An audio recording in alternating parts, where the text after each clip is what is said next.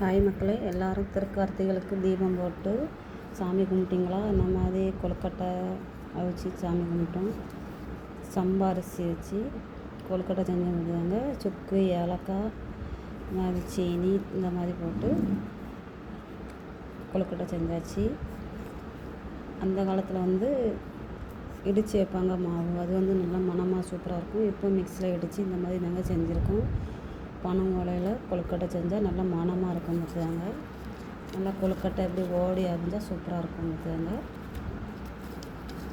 கைப்பிடி புட்டோட நம்ம இந்த மாதிரி நம்ம செஞ்சால் நல்லாயிருக்கும் பார்த்துக்காங்க. இங்கே பாருங்கள், கொழுக்கட்டை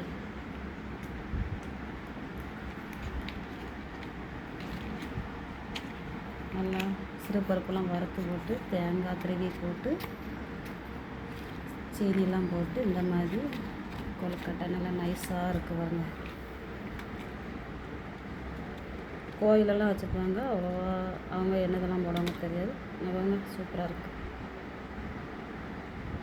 இந்த மாதிரி கொழுக்கட்டை நீங்கள் வச்சு சாப்பிடுங்க திருக்கார்த்திகளுக்கு. இது பிடிச்சிருந்தா லைக் பண்ணுங்கள், சப்ஸ்கிரைப் பண்ணுங்கள்.